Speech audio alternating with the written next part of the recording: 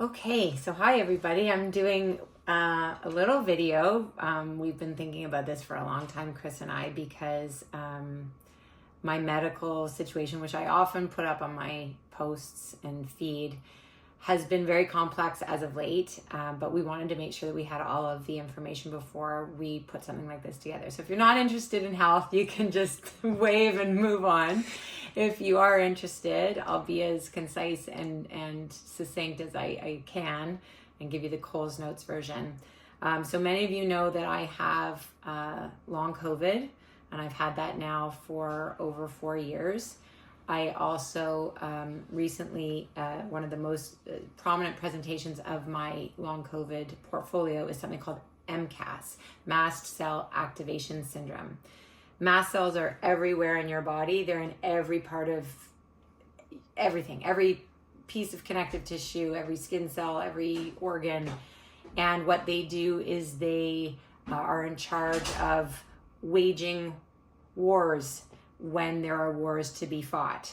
So people like me who caught COVID, especially in 2020, it was a novel virus. Our immune systems didn't know what to do. So the mast cells were like, not only is it an invader, it's a foreign invader, and we don't know what this thing is. So for a lot of people, especially people who had comorbidities, like endometriosis, for me, I found out I have something called EDS, another connective tissue disorder.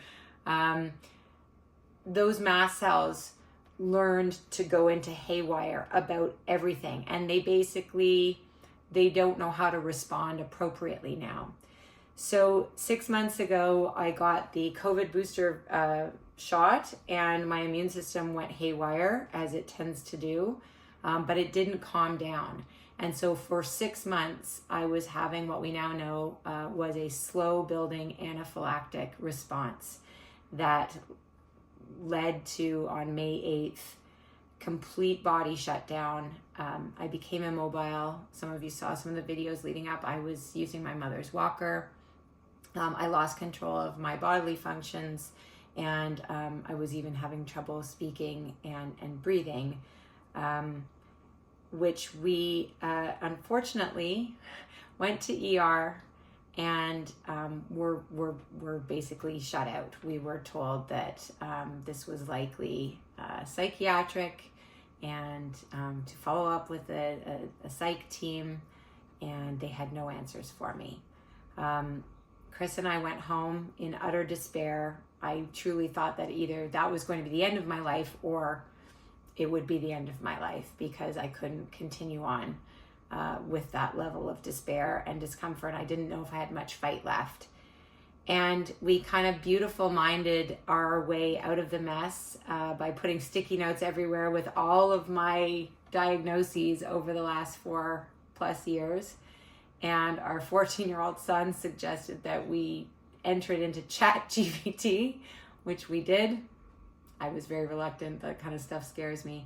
And it told me that it sounded like I was having a slow building MCAS flare or anaphylactic response, and to get Benadryl. Within 15 minutes of Chris administering Benadryl, he ran to Shoppers, luckily it's close, and I started to get better. And I took another dose, I started to get better. And we followed up with my long COVID team, the amazing Dr. Angela Chung, and she concurred that my Erin Brockovichian research was correct, and to follow the MCAS protocol and try to reduce the flare. And so I have some wonderful people who are educating me about this, the amazing Freya Spence, the amazing Dr. Kieran Quinn, Dr. Angela Chung, and they've all been helping me piece this together. Along with, of course, my beloved Fran Wolf from Baycrest, who runs our long COVID support group. And this is what has been happening to me. So I'm 8 weeks in, and my health is improving. I live a very regimented life right now with a low histamine protocol diet and high antihistamine medication. And I am slowly, but at least for now, steadily getting better. The last piece of this video was just to let people know what I just did, and that's what I'm coming off of. I was very angry, obviously, at the way we were treated at Sunnybrook Hospital. We were gaslit. We were condescended to. We were told that, their job was to make sure I wasn't going to die today, which I didn't, and I'm very grateful for that, but that's all, and that there was nothing more they could do for us. And what did we expect? Outside of expecting a little bit of compassion, I also expect that they will learn from this lived experience. So Chris and I just got off of a Zoom call with the Sunnybrook team, the head of emergency medicine. I've shared my story, and they have granted me the opportunity to put together an educational package about long COVID and MCAS and what a slow building anaphylactic MCAS flare can look like. And so I will be working on that to ensure that we get this across Canada to as many ER departments as possible, so that people who are experiencing what I'm experiencing or any complicated portfolio of symptoms from long COVID, that they are treated with respect and common courtesy and compassion to the best of their ability. And if they don't have the answers, that's okay. We can figure it out together without being told that this is all in your head. So I hope that this is helpful. I hope that this little video is helpful. And the only way that I can make sense of what has happened to me and to my body is for me to do this work. And I'm hoping that that's helpful to the millions of people who are in the same situation as me. So thanks for listening. I'll start posting more retro vibe stuff soon, so we'll be a little lighter, but thank you for listening.